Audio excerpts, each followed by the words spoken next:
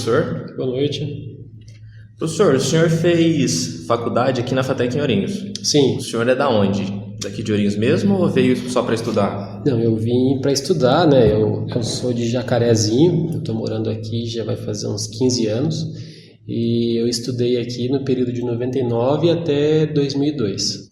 O senhor fez o curso de processamento de dados. Isso. Como é que foi para o senhor fazer esse curso?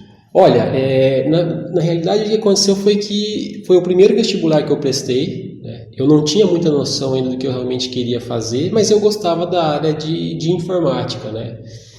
E na oportunidade até a minha namorada me influenciou, né, a estar fazendo o vestibular, né? Ela sabia do meu gosto por informática. Por que você não faz, né? Ela morava aqui em Ourinhos e hoje ela é minha esposa, né?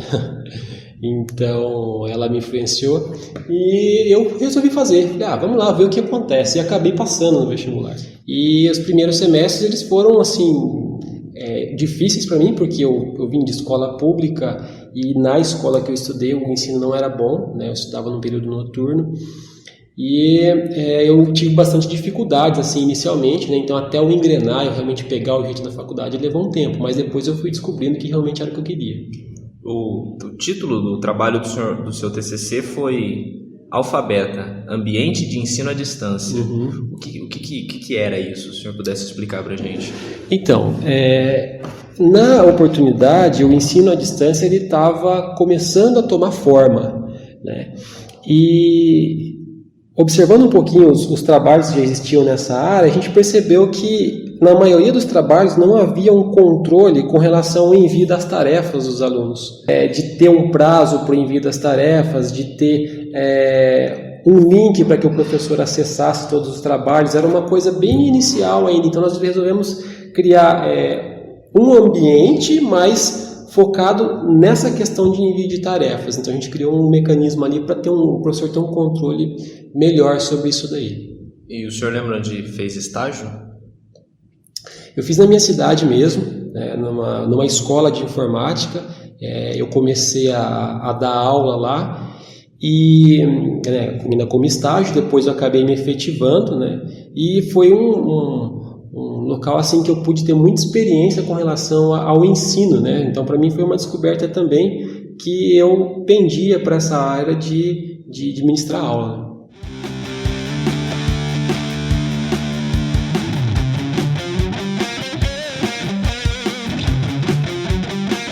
Em 2003, o senhor foi ser programador.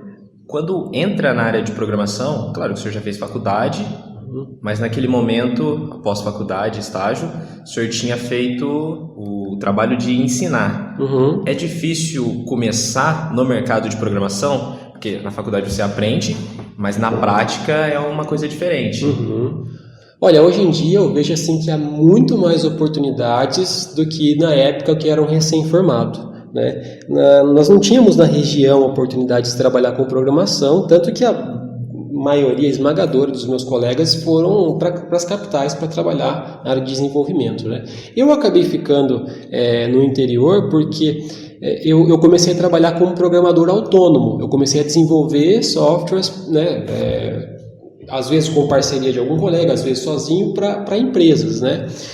Mas eu vejo que hoje há várias oportunidades, né, para recém-formados, né? E é claro que há todo um processo de adaptação de quem está saindo e ter o contato com o mundo real, né? Assim, obviamente que há muitos projetos que os alunos fazem aqui na faculdade, né?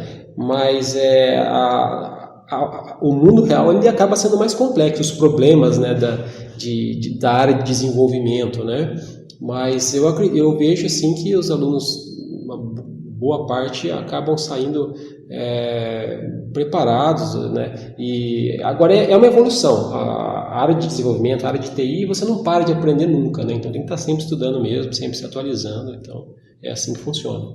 Tem alguma coisa da faculdade que o senhor não deu atenção e quando foi trabalhar, seja autônomo, seja trabalhando na empresa, olha e fala, meu Deus, isso era extremamente importante? Olha, acabou não acontecendo muito isso comigo, porque quando chegou ali logo no segundo semestre, eu comecei a me identificar muito com programação. E eu já percebi que era uma coisa que eu queria seguir. Eu segui na parte de ministrar aulas, né? Mas sempre relacionado à parte de desenvolvimento. Então, pessoalmente, assim, não houve algo que durante a faculdade eu não dei uma atenção. Eu vejo, assim, um arrependimento meu é de não ter conseguido estudar numa escola melhor no ensino médio. Fez muita falta para mim depois, a hora que eu ingressei aqui na FATEC. Ainda em 2003, o senhor entrou numa empresa chamada Oralclean. Lá o senhor fazia especificamente o quê? Eu trabalhei no desenvolvimento de um ERP lá para essa empresa, né?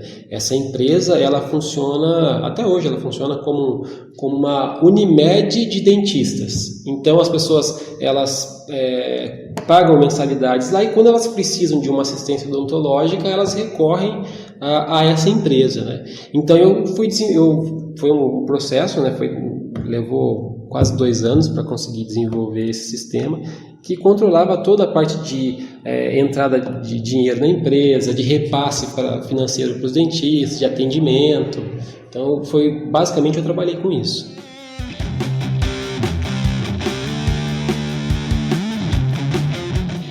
Então, durante esse período aí que eu estava desenvolvendo sistemas lá na Oralclean, eu comecei também a ministrar aulas em escolas técnicas.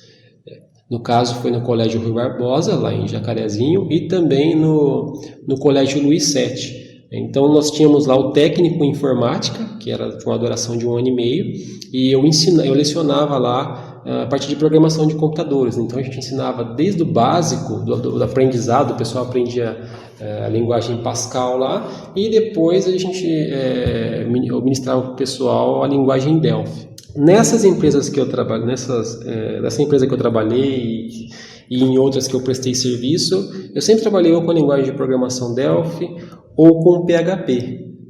Eu vinha a trabalhar com Java ali já a partir de 2005, 2006, que eu comecei a migrar mais para essa tecnologia. Se eu perguntasse para o senhor, em que ponto estava antes de pensar em fazer a especialização que o senhor fez? Eu já estava ministrando aula em escola técnica, né? E como eu percebi que realmente eu queria continuar prosseguindo nessa área de lecionar aula, né? Aí eu comecei a investir realmente em pós-graduação, né? Eu comecei a fazer uma pós-graduação em desenvolvimento de softwares com a linguagem Java, né? Durou 1 ano e meio, onde eu pude ter contato com várias tecnologias relacionadas a essa linguagem. E posteriormente, então, eu comecei a pensar já no mestrado, né? Que no caso eu fiz na Unimap em Piracicaba. Em 2006, o senhor entrou para dar aula na FATEC. Isso, eu tive uma passagem aqui. Na verdade, eu tive 2 passagens como professor temporário. Também ministrando conteúdos relacionados à programação. Eu tive 2 passagens aqui. Eu fui efetivar aqui só acho que no ano de 2012, se não me engano. Na época que o senhor foi professor, você podia ter a graduação e tinha que ter um tempo de serviço em alguma área específica dentro da área de tecnologia, ou só a graduação já serviria? Então, se você tivesse só a graduação, você tinha que ter pelo menos 5 anos de experiência profissional. Mas mesmo assim era muito difícil ainda você conseguir, porque os candidatos que tinham mais títulos que você, tinham uma pós-graduação, um mestrado, eles pontuavam mais, né? E é assim até hoje, né? Mas para esse contrato inicial que foi de professor temporário, eu tive menos concorrentes, né? A concorrência foi menor e eu fui muito bem na prova também, então isso me colocou numa pontuação, mesmo eu não estando ainda com uma alta titulação, né? Para lecionar na graduação, eu consegui alcançar, só que foi por tempo determinado, né? Então não era eu dava aula ali acho que talvez inicialmente foi por 1 ano mais ou menos, e aí depois eu não continuei mais, eu só voltei após um intervalo. O senhor deu aula também numa faculdade particular. Quando ministrava aula lá, ela era especificamente no curso voltado para tecnologia, ou Ou aquele tipo de matéria, por exemplo, um Excel que você acaba tendo em administração, acaba tendo em vários outros cursos? Não, era num curso de sistemas de informação mesmo, né? Hoje é a Unifil, né? E era no bacharelado em sistemas de informação, e eu comecei dando aula lá numa disciplina que nós trabalhávamos com a linguagem C. Então, já era num curso mesmo de sistema de informação, de tecnologia.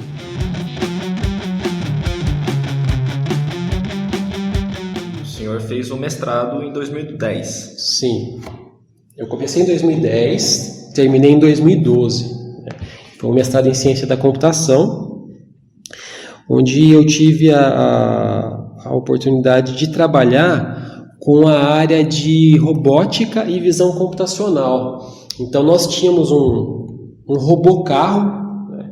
Era uma miniatura de um carro, assim, mas que ele tinha muitos tipos de sensores, ele tinha câmera, tinha GPS, né? Ele rodava com o sistema embarcado Linux, e era um equipamento caro. Eu lembro que na época custava em torno de R$30 mil esse robô-carro. E a minha tarefa era fazer com que esse robô-carro ele tivesse um software que funcionasse como a visão do robô-carro.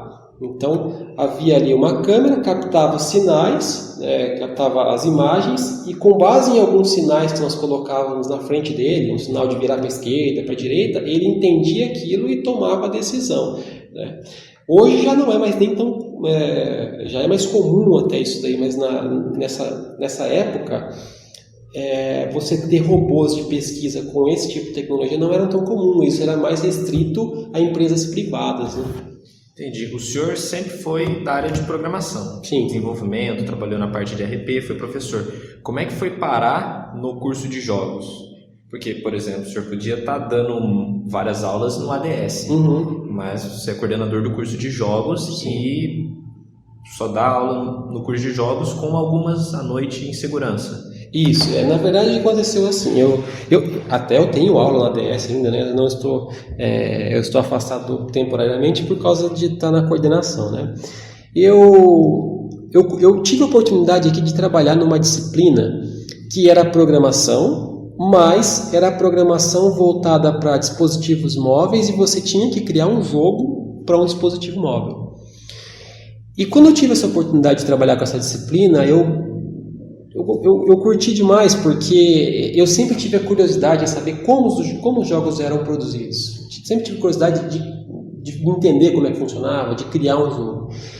E a partir dessa experiência que eu tive ministrando aula disso, e os alunos gostando de fazer aquele jogo, eu lembro que o primeiro jogo que eu fiz com o pessoal em sala foi um jogo de um carrinho de corrida, e era para aqueles celulares que não era nem com Android ainda, a gente chamava de o Java ME. Eram celulares mais antigos, assim, aqueles de flip, assim, sabe? E aquilo me chamou muita atenção, e eu comecei a ter gosto por trabalhar naquela área, né? Então, isso foi um dos motivos que acabou abrindo portas para eu trabalhar com outras disciplinas no curso, né? E tá me identificando, né? Com a área de jogos. Dentro da parte de programação, o que o senhor olha nos dias de hoje, no mundo atual? O que é importante? Por exemplo, eu saber uma linguagem específica, será que realmente é importante? Por exemplo, na hora que eu vou sair da faculdade, conseguir um trabalho? Ou é mais importante eu conhecer um PHP, conhecer um Java, um C#, eu conhecer um panorama geral, para daí eu poder me adaptar dentro das diversas situações que existem, seja uma coisa web? Ou é importante eu saber, sair da faculdade e falar, vou fazer uma especialização em Java? Olha, eu considero o seguinte, para mim, a coisa número 1 que todo aluno que pensa em trabalhar com desenvolvimento de sistemas, ele deve se preocupar: lógica de programação. Ter uma lógica de programação forte ajuda você a se adaptar a qualquer linguagem. Eu acho que é o ponto. E às vezes o aluno está inicialmente ali na graduação, ele vê lógica de programação, mas eu tenho que criar um algoritmo, né? Eu tenho que entender um comando C. Às vezes o pessoal trabalha até com o Visual G, né? Que é um algoritmo, mas não é uma linguagem e tal. e às vezes o pessoal não dá tanta atenção a isso, e é fundamental. Depois disso, eu vejo que é interessante que na faculdade você veja alguns tipos de linguagem para você ter um contato e, né, entender mais ou menos como funciona, e a partir dali você entendo com qual linguagem você se identifica mais. Eu sou muito tranquilo com relação a falar assim que eu não vejo hoje a melhor linguagem. A melhor linguagem vai depender do tipo de situação. Então, que aplicação que você vai fazer, uma linguagem pode ser melhor, pode ser outra, o tipo de hardware, e até também o próprio gosto pessoal de quem está trabalhando com desenvolvimento. Às vezes a pessoa se identifica mais com uma linguagem. E é claro que depois da graduação, se você entendeu que uma linguagem está te dando mais oportunidades, até dependendo do local que você vai trabalhar, do tipo de empresa que você quer trabalhar, e aí você pode investir em se aprofundar muito mais naquela linguagem, com certeza. Você é aqui do interior, divisa entre o Paraná e São Paulo, e no panorama geral acabou ficando por aqui. O senhor olha de certo modo e fala, talvez em determinado momento da minha vida eu deveria ter ido para uma cidade maior, ter buscado outras oportunidades que fariam talvez eu estar nem aqui, ou estar, por exemplo, teve outros professores que vieram de longe, foram para outros países, mas voltaram para cá. Tem algum momento que o senhor olha para trás e fala, eu acho que eu deveria ter ido para ver como ver se eu ia dar certo? Olha, eu acho que é uma experiência que eu gostaria de ter tido, mesmo que fosse por pouco tempo, talvez 1 ano ou 2, né? Mas acabou que algumas coisas na minha vida foram acontecendo e fazendo com que eu ficasse aqui no interior mesmo, né? O fato de ter descoberto essa área de ministrar aula, ter sido uma coisa que me chamou tanta atenção, que eu realmente gostei, que eu vi que eu gostava de ensinar, né?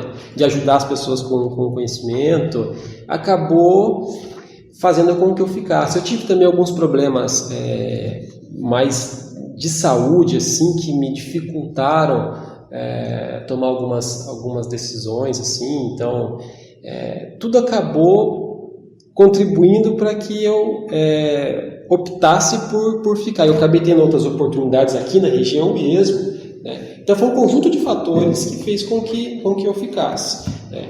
Mas que eu acharia muito interessante, de repente, ter tido uma experiência até no exterior. Eu tive depois de já estar aqui há bastante tempo, né? Uma experiência de estudar fora por um tempo, né? Eu fui até monitor de um grupo de estudantes nos Estados Unidos. Foi uma oportunidade muito boa, mas de trabalhar mesmo, eu sinto falta de ter tido pelo menos um pouco de tempo. Eu acho que isso teria sido uma experiência muito interessante.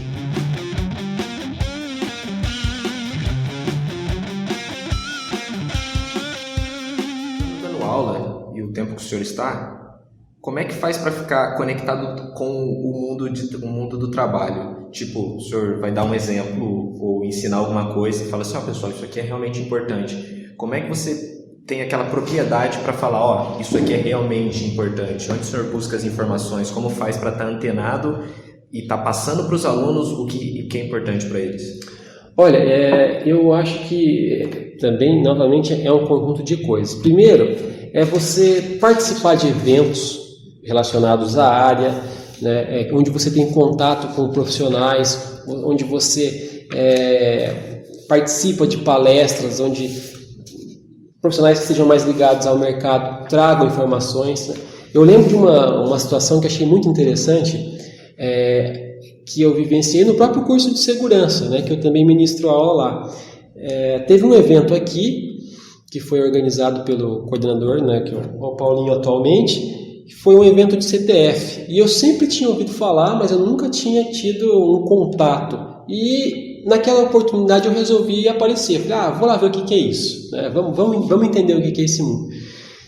E eu comecei a participar daquele evento e aquilo me despertou curiosidade. E aí eu fui buscar informação, né? Então hoje, você participar de eventos, participar de palestras, está antenado também, né, a internet hoje oferece muita informação com relação a isso. Então, você se engajar nas comunidades na internet, em grupos, né, para saber o que está rolando e, a partir da curiosidade que você sente, você ir atrás dessas informações. Eu acho que hoje não tem desculpa para você não se atualizar, né? Com tanto de informação que a gente tem disponível hoje na internet, é só querer mesmo e para você se manter atualizado. E como coordenador, o senhor vê muita diferença entre ser coordenador e professor? É claro que as responsabilidades são diferentes, mas tem o senhor que fala assim, eu prefiro ser coordenador porque eu posso gerenciar, eu posso estar colocando para outros professores a linha de raciocínio que eu mais ou menos quero. O senhor fala assim, eu gosto mesmo de ser professor. Uhum. Olha, é bem dividido assim, o meu gosto por essas duas áreas, tá? E eu estou tendo a oportunidade de estar dando aula e continuar como coordenador, né? Então, eu acabei não tendo que optar entre uma coisa ou outra. Mas, como professor, você tem uma preocupação mais centralizada no teu conteúdo, o que você vai fazer naquele momento, né?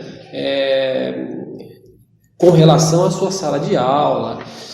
Já como na coordenação, você tem que ter uma visão muito geral do seu curso, então você tem que entender bem como cada semestre se encaixa, como cada disciplina se encaixa, e você tem que ter muito diálogo com cada professor, né, para entender qualquer dificuldade que possa estar havendo, para tentar sempre fazer essa integração, né, entre as disciplinas e os professores de disciplinas diferentes, né? Então é difícil até você falar se uma coisa é melhor ou a outra. São áreas de trabalho assim diferentes, né? Então eu gosto das duas coisas. Para mim, eu não tenho muito. A coordenação ela é mais difícil, tá? Ela sem dúvida é mais difícil porque é gestão, né? A gestão ela envolve uma coordenação de pessoal, né, não é tão fácil, né, mas eu gosto das duas coisas eu me sinto realizado. Aqui o senhor está organizando sempre, anualmente, o Game Fest. Fala um pouco dele, na sua visão, em onde você quer chegar com o Game Fest, se quer ser referência, se quer ser algo grande no interior, se é focado mais para as pessoas aqui, o que o senhor talvez pretenda fazer, o que já alcançou. Bom, o Game Fest, inicialmente ele era só para os alunos do curso de jogos, né? Então ele envolvia a apresentação de trabalhos feitos pelos alunos, tanto jogos desenvolvidos como arte gráfica, modelagem, som, né? Então tinha tem ainda essa pegada. E também nós tínhamos campeonatos de games, né, cosplay, mini cursos, palestras. Então, e era um evento mais restrito aos alunos mesmo. No semestre passado, agora em maio, nós resolvemos fazer uma coisa um pouco maior e abrir a comunidade, né? Então nós tivemos campeonato de robótica, nós tivemos campeonato de games, o próprio cosplay, nós tivemos lojas vendendo produtos gamer, nós tivemos simuladores de realidade virtual, nós tivemos até uma banda tocando temas de games, né? E a receptividade do pessoal foi muito grande, né? A participação tanto dos alunos quanto da comunidade foi muito grande, né? Então eu entendo que esse evento ele pode se tornar um evento regional, né? E isso é uma coisa que a gente almeja sim. Pelos resultados que a gente alcançou nessa primeira vez que foi aberta a comunidade, eu acho que tem potencial para alcançar a região, com certeza.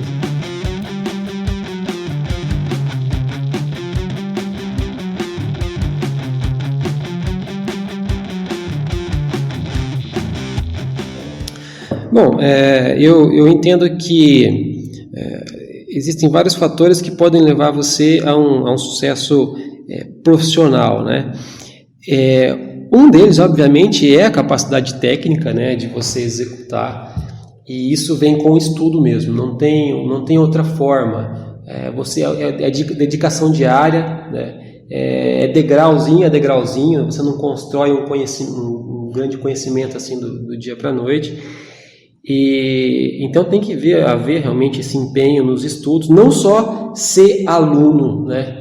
Você ser um estudante, porque ser um aluno é uma coisa, você ser estudante é outra. Aluno, ele vem e assiste uma aula, acabou. O estudante, ele vai assistir aquela aula, mas ele vai estudar depois isso também, ele vai ter o seu próprio tempo de estudo, né, dentro das suas possibilidades. Às vezes é difícil, até pela questão de trabalho e tal, né, mas a gente tem que tentar achar um tempo, porque o tempo da faculdade passa muito rápido, e aí você se forma e você, poxa, agora sou só eu, agora eu tenho que, né, o tempo que eu tinha para ter me dedicado, eu levei a sério, eu não levei? Bom, aí é que as coisas vão começar a acontecer. Mas além da habilidade técnica, eu vejo também que você tem que ter uma questão de relação interpessoal boa, né?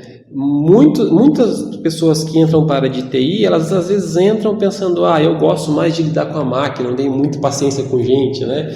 Mas no teu ambiente de trabalho você vai trabalhar com pessoas, então essa habilidade é importante, que trabalha em grupo, né? Isso é reforçado bastante na faculdade, né?